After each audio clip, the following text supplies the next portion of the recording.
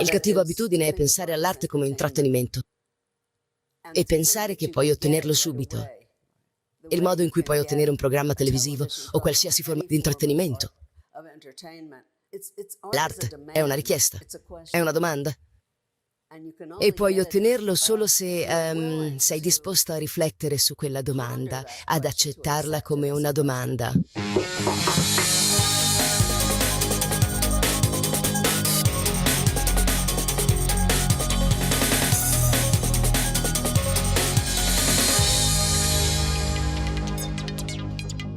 Benvenuti, io sono Massimo Polidoro e state per ascoltare il Gomitolo Atomico, il mio video podcast che va online ogni martedì sul mio canale YouTube. Se volete vedere questa puntata, oltre ad ascoltarla, la trovate su YouTube insieme a tutte le altre. E ora, buon ascolto! Che cosa può insegnarci l'arte sul mondo e su noi stessi? In che modo guardare un'opera può trasformare il modo in cui pensiamo, sentiamo e comprendiamo la realtà? Oggi, in questa puntata speciale del Gomitolo Atomico, incontreremo una delle figure davvero più influenti della critica d'arte contemporanea, che ha dedicato la vita a smontare le certezze sull'arte moderna e a ricostruire gli strumenti con cui la comprendiamo. Si tratta di Rosalind Krauss, docente alla Columbia University e tra le più importanti teoriche dell'arte viventi. Il suo lavoro ha messo in crisi il mito del genio isolato, ridefinito la scultura oltre i piedistalli e gli oggetti e legittimato fotografia e cinema come linguaggi rigorosi. Nelle sue analisi, le idee della filosofia della psicanalisi e della linguistica diventano degli strumenti per capire come e perché le immagini ci parlano. Con October, che è la rivista che lei ha cofondato, ha cambiato il modo in cui l'arte viene discussa, formando così generazioni di studiosi, di artisti, a guardare meglio, a pensare più a fondo, a diffidare delle risposte facili. Quest'anno il Premio Internazionale Balzan ha riconosciuto il suo contributo come fondamentale per la disciplina. Come già sapete, ogni anno il Premio Balzan celebra alcune delle menti più brillanti dei nostri tempi, naturalmente scienziati, studiosi, pensatori che hanno ampliato il confine della conoscenza e trasformato il modo in cui noi comprendiamo il mondo e noi stessi. E noi abbiamo la fortuna di incontrare i vincitori del Premio Balzan 2025 qui a Berna, dove ci troviamo in trasferta. Sono tutte figure di spicco che incarnano l'eccellenza nei loro campi, dalla fisica alla storia dell'arte, dalla medicina alla filosofia politica. Sono naturalmente dei dialoghi in inglese, ma tutti sottotitolati, e vi assicuro che ne vale davvero la pena, perché sono persone che hanno dedicato la loro vita a cercare risposte e soprattutto a formulare domande migliori. Io spero che accada lo stesso anche a voi. Prima di incontrare la professoressa Krauss, però, ho chiesto a Tristan Weddigen, direttore della Biblioteca Hertziana al Max Planck Institute for Art History, professore all'Università di Zurigo e membro del Comitato Generale dei Premi Balzan, di raccontarci qualcosa di più sul suo contributo e sul perché la sua ricerca in qualche modo ha segnato un punto di svolta nel modo in cui noi pensiamo l'arte. Professor Weddigen, chi è Rosalind Krauss e qual è il cuore del suo contributo? Rosalind Krauss è professoressa presso la Columbia University di New York ed è una delle fondatrici della subdisciplina storico-artistica dello studio dell'arte contemporanea.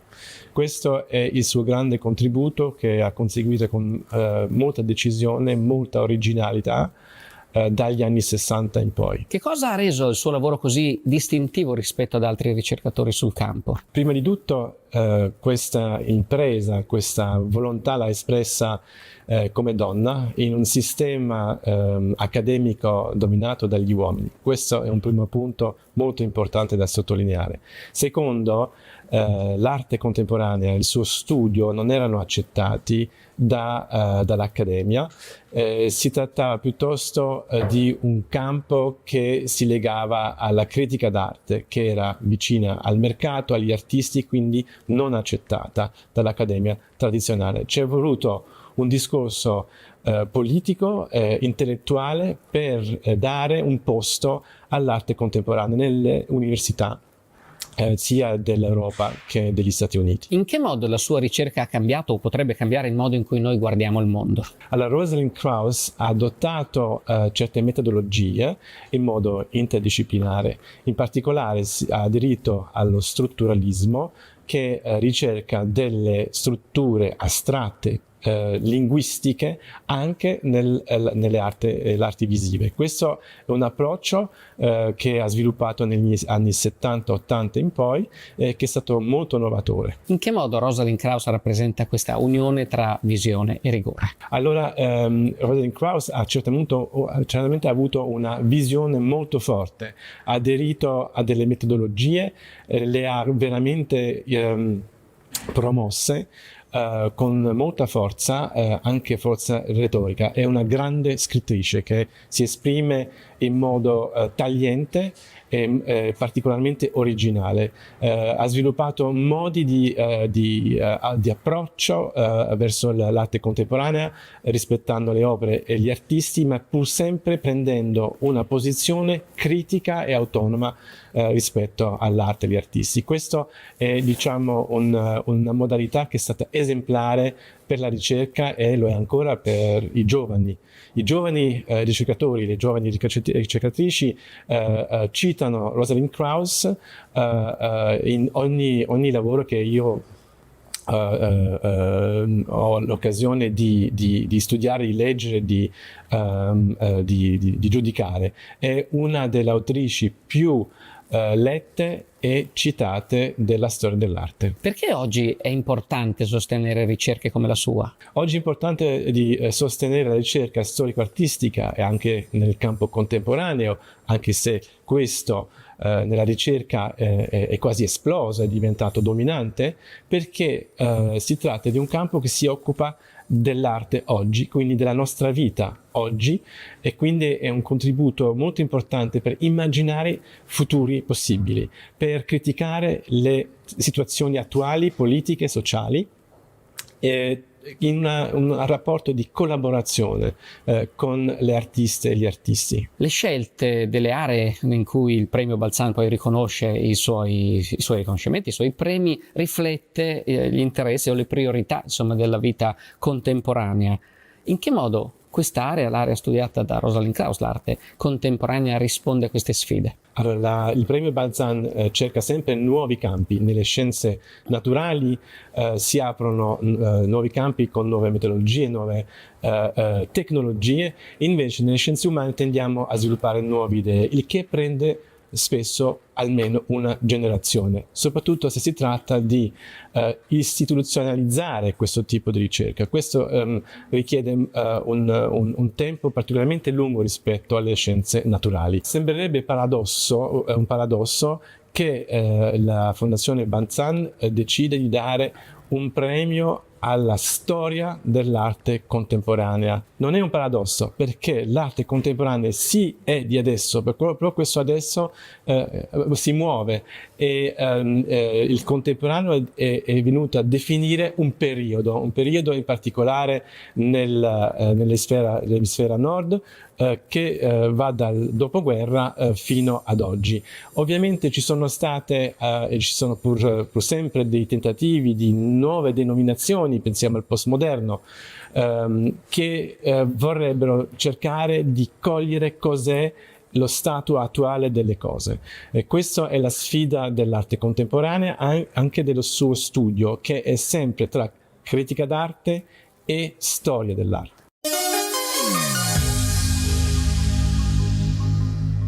Siamo dunque pronti per ascoltare Rosalind Krauss, che incontriamo qui a Berna, dove riceve proprio il premio, per chiederle che cosa significhi per davvero guardare oggi un'opera d'arte. Nella nostra conversazione, lo vedrete, parleremo di come l'arte acquista significato, del perché l'originalità non nasca mai nel vuoto e di che cosa serve perché un linguaggio antico o nuovo riesca per davvero a imporsi. Professor Krauss, thank you for being here. Such a pleasure. Pleasure for me too. Can I ask you, what is art for you? For me, it's a mode of thinking, even though, of course, it's very visual. It is, for me, something that demands that I greet it and that I think about it. It's sort of asking me questions. It's been that my experience of art has mainly been shaped by being a critic, and therefore coming into contact with work I've never seen before and having to instantly make it into a configuration that can be addressed verbally. So that verbal address assumes that I already have a kind of picture of its coherence. So it is in that sense both a goad to see, a goad to intellectualize, and to verbalize. And what do you think is the role of museums and galleries in establishing what art is? The way I think museums work is that they create a kind of public space. It means that a public sees a work of art together. And it's the way, if Kant thinks about, the sort of aesthetic questions posed by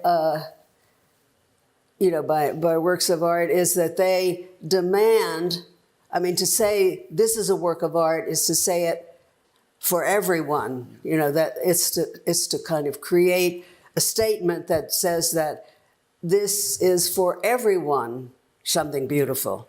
You can't say it's beautiful because I think so. It's because you're asserting that everyone must think so, and museums create that collectivity of the everyone. From your perspective, is the recognition of art something that can happen in the moment through intuition and shock and taste, or does art only truly become art after time has passed? I think it becomes art if one approaches it with some question or some problem that one feels is the problem that's being posed by the age in which one lives, and one approaches art with that question. For the present, there is a sort of sense that art has lost its memory. It kind of can be anything at the present moment. And in the sense of memory, I mean that artists, I think real artists, remember the history of their own medium. Painters, for instance, painting has a long medium that goes all the way back to the caves, and sculptors also remember their medium, and therefore what, in a sense, they are speaking about, and one is oneself remembering, is their memory of their medium, and how that can manifest itself in the work that one is looking at the present. If you could change one sentence or concept in how we teach art in school today, the concept that ends up misleading people, for example, what would that be, and what would you replace it with? It has to do really with really insisting that people understand what's demanded of them is the willingness to read the work of art very closely, the way we speak about close reading in relation to literature. I think the work of art is, in that sense, though it's a visual work, it's also a visual literacy work that has to be unpacked as though we were unpacking a poem. Yes. So it's a demand really on reading. What is it, instead, a bad habit that you think we should drop to have a more genuine experience in museums, or if you prefer, a good habit? The bad habit is to think of art as entertainment, and to think that you can get it right away, the way you can get a television program or any form of art, of entertainment. It's art is a demand, it's a question. And you can only get it if you're willing to ponder that question, to accept it as a question. I read in an interview that you recounted that when your father was an attorney for the Department of Justice in Washington, you to launch at the National Gallery of Art and then walk through the galleries. You said that he would make objections to the works and you would defend them, and that made you adopt a certain militancy, because you had to convince him that those works of art were That's important. absolutely true. Okay. So when did you know that's what you wanted to devote your life to, and how did those lunches shape the critic that you became? My father was a Russian-born immigrant to the United States, and for him, it was tremendously important and gave him enormous pleasure to learn English culture. I mean, to culture of, of the country and the kind of civilization into which he had now bonded himself, or with which he had bonded himself.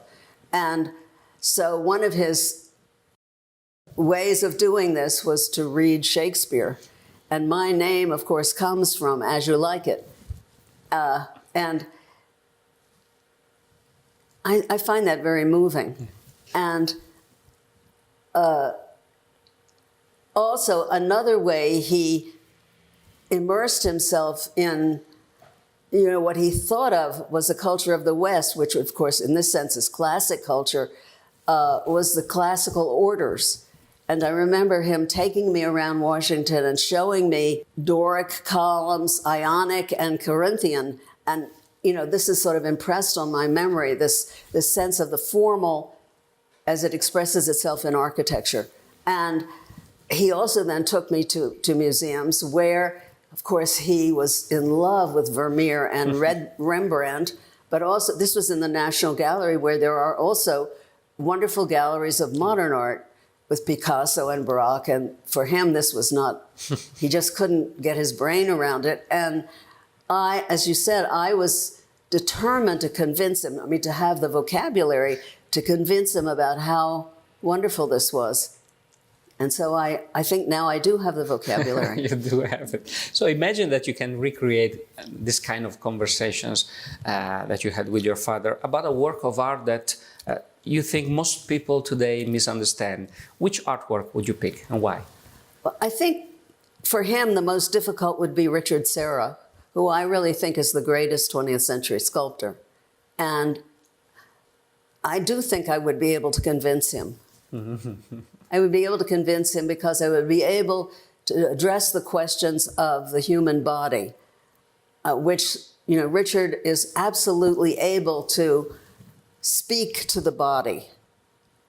Not just, the body as its own podium, we could say, or its own support for the visual, because both of those senses are challenged when you are sort of moving through, for instance, the sort of corridors formed by the leaning or pressing steel sides of the corridors through which you move through the work.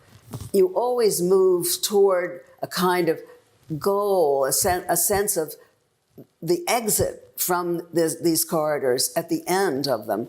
And so this sense really, what this is stimulating is your sense of intentionality, of the intention to release yourself from the pressures of the work, which are felt bodily. Absolutely. Now a question that maybe, you tell me, do you, at your point in your career, in your history, have a favorite work of art or artist, or is this a nonsense question to you? I suppose, and this is very specific to me, my favorite artist was Paul Klee. And this had to do with the fact that in Washington, D.C., there was this wonderful collection, which was called the Phillips Collection, which was in the former house of the Phillips family, which was this beautiful house. And the collection was spread over the rooms of the house. I remember kind of in one of the rooms, there was a grand piano, and above it was Renoir's luncheon of the boating party. And that was my experience of Impressionism, because in this rather dark Victorian room with the grand piano, there was this explosion of light coming from the Renoir. And I was absolutely fascinated by it. And upstairs, there were bedrooms, little bedrooms with works of art. And two, I remember most specifically, were covered with Paul Klee. I was so fascinated by these. So I assume you already seen the Paul Klee Foundation here. Oh, no, I haven't. Oh, I'm going to go tomorrow. You're going to? Oh, good. Or as soon as possible. Absolutely. So you've said that the critic's job is to show why something is authentic when a skeptical viewer says, oh, this is fake. Is there a set of questions, tools, or categories that you should use to tell apart fakery from genuine artworks? In our day, it seems to me there is much art that I would simply call fraudulent because it hasn't managed to think its own relationship, its own possible relationship to a kind of history of the medium in which it's working, or it doesn't care about the medium. I think of that as fraudulent, and for me, the authentic has to do really with this sort of sense that the artist has reflected on the possibilities of relating, of remembering a medium. And I think of Richard Serra as a really good example of someone who has remembered the whole history of sculpture. And I think of another one of my, for me, the most important of contemporary artists, William Kentridge, and his thinking back to the whole kind of, well, the way Kentridge proceeds is to make a drawing, erase parts of it, and take a photograph, one simple frame photograph of the drawing, both before he erases it and then after there's been this slight change. And then when he projects, these are single frames of films that show each stage. And then when he projects the film strip, it shows the drawing in motion, you know, as it's correcting itself through these stages of erasure and correction. But what really happens through these films is he manages to make an image of the way the film strip actually moves through the projector. You know, we have a sense really of the physical apparatus of film itself, which you can't, when you're watching a film, a movie, you can never see the specific frames. You don't see the projector. You don't see the whole apparatus of the experience of cinema. So this way to uncover the apparatus of cinema itself and in a sense of drawing itself, that to me is the authentic as opposed to the fake. Absolutely. What would you say to people in order to trust art critics? I really think that the art critic who can speak simply and can verbally evoke an experience, and for that I guess you have to be a pretty good writer, that might convince a reader and stimulate that reader to visualize the work. And that takes a lot of effort. Yeah, that will work, I think. I think I learned this most specifically from Clement Greenberg and the sort of the simplicity of his prose and the way he was absolutely relentless in making a visual phenomenon understandable. We are very interested in science. We often talk about science in this place, apart from culture in general. But art and science often are framed as opposites: emotion versus logic, intuition versus method. But your work has always treated art as something rigorous, almost like a form of inquiry. What do you think about the relationship between art and science? You're talking to a total dummy in science. I mean, what I know about science could be put on the head of a pin. Okay. So for me to sort of speak about relationship between art, I don't think I've ever done that. Interesting.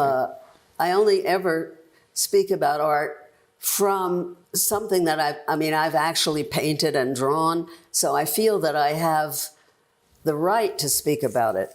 But what right would I ever have to speak about science? Fair enough. The line we often hear in contemporary art museums from people who are not involved in the art world is Oh, I could have done that, you know. What would you respond to that? Well, generally that question is posed in relationship to somebody saying, my child could have done it. My child. Well, your child, we know what children's art looks like. It, looks like stick figures and curls of smoke going in the air. Your child has no experience of real works of art. And, what the child's effort is probably to sort of represent in the most schematic way possible. I mean, that's what makes it possible for the child to apply him or herself to paper at all. But one's child simply can't conceptualize or imagine a real work of art. Benjamin wrote photography and film with the possibility of mechanical reproduction reshaped the very idea of art. Today, artificial intelligence can generate images, sounds, text from a prompt or line of text. What, in your view, is the problem or the question we should be asking about AI right now? I don't know. Do I know enough about AI? Right. I mean, what I would be answering this would be scientifico babble. Okay. And I refuse to babble. Right, that's very good. We're often told that the artist's presence, the body, their story, their identity, is essential in understanding the work. Do you think the artist must be present or at least knowable for a work of art to have? No. No. I don't think, the sort of autobiographical reading of the work of art, which, for instance, the most prevalent of this has to do with Picasso, in which I think one of Picasso's friends said, to understand Picasso, you have to know about his house, his mistress, and his dog. This is about deciding not to look at or understand Picasso. So I think that works of art have to be sort of visual texts that kind of are, not only can you unpack those texts, but they unpack themselves. You dismantled the idea of the lone genius, the one creating from zero. If originality isn't born from nothing, where does artistic uniqueness come from? Is it a point of view? I'm trying to think of the answer of that question in relationship to very important artists whom I have known personally, and one of them is Richard Serra, who I think he was impelled by his very strong objection to monumentality, to, in a sense, the monument, which in our day and age, or for centuries, has been representational. Sort of large works of art for him had to be abstract, but abstract simply because the body feels its own projections and contractions in relationship to the pressures that Serra creates on that body. And I mean, I think an important artist really poses a central problem for himself. How he arrives at that problem, it kind of varies from person to person. I also knew Robert Smithson, and I'm trying to sort of think about how he came to pose the questions he thought he had answered by himself. I'm thinking now of the spiral jetty. I'm sorry, I can't tell you what the answer to that is. Okay. People who know you spoke about your Green Street loft in New York as severe, exacting, beautiful, intimidating. Someone said no one can leave this loft without feeling that one's own house seems cluttered and banal. Do you still live there? Yes, I do. You do? And how does your private space reflect your relationship with art? I think it has to do with the light and the light unifying that space. And we spoke about that sense about being in a museum or a museum gallery, and I answered that, the sort of collectivity of viewers in a gallery is, kind of creates that sort of collective sense of how one can say, this is beautiful. this is beautiful, not just for me, but for everyone. And for me, my loft has that sense of kind of expansiveness. When I'm sitting at my computer, I'm in like a hermit cell, but I feel as though I'm speaking for everyone. I mean, that may be very pretentious, but that's how I feel. What do you think about the quality of the current public conversation about contemporary art? Is there a public conversation about contemporary? I think there is no public conversation.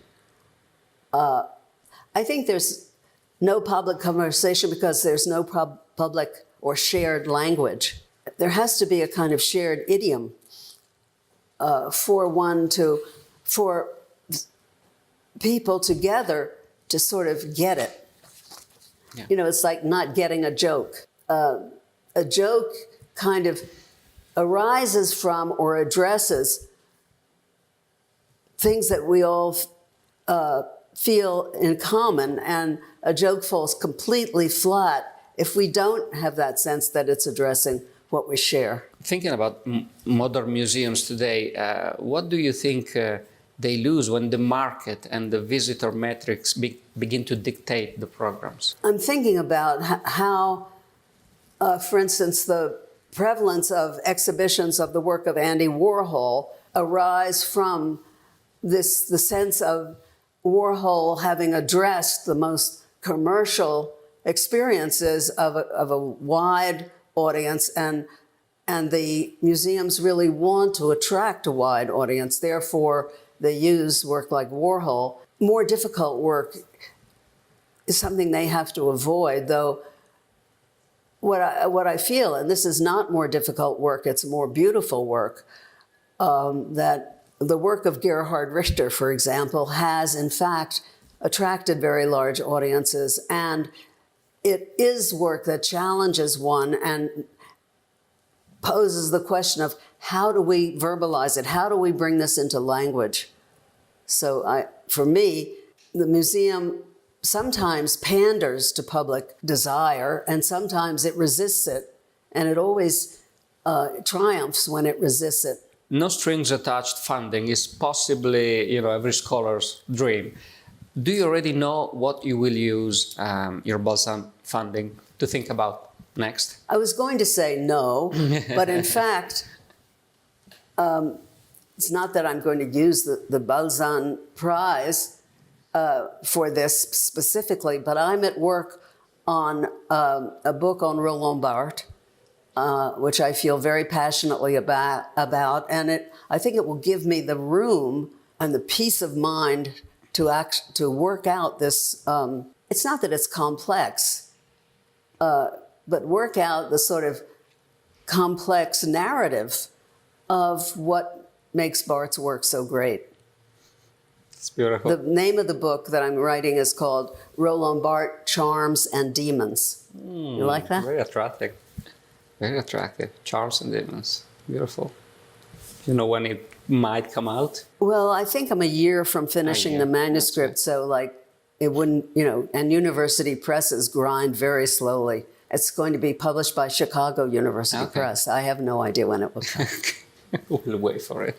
I have one last question, and for this I need to show you a picture. This is not a work of art. This is a mystery box. Mm-hmm. It's a cardboard box which is closed. It's not a world piece, but let's imagine that inside this box there is the answer to a question, a mystery, a riddle, something that had always fascinated you. What answer would there be in such a box for you? Well, I'm going to back up from your question and say that what you're showing me is a plane on which is sort of the graphic symbol of a question mark is then inscribed with what you said that was a mystery box. But what it is not a mystery box, it's a plain surface on which something has been inscribed. And we could say that paintings are themselves always mystery boxes. So what would be inside as the answer? The answer really inside would be the history of the plain surface. In a sense, the the question that is posed by cave painting. I mean, that's the first mystery box, is the cave. Beautiful. If this answer would be inside this box, would you open it? I feel that I open mystery boxes.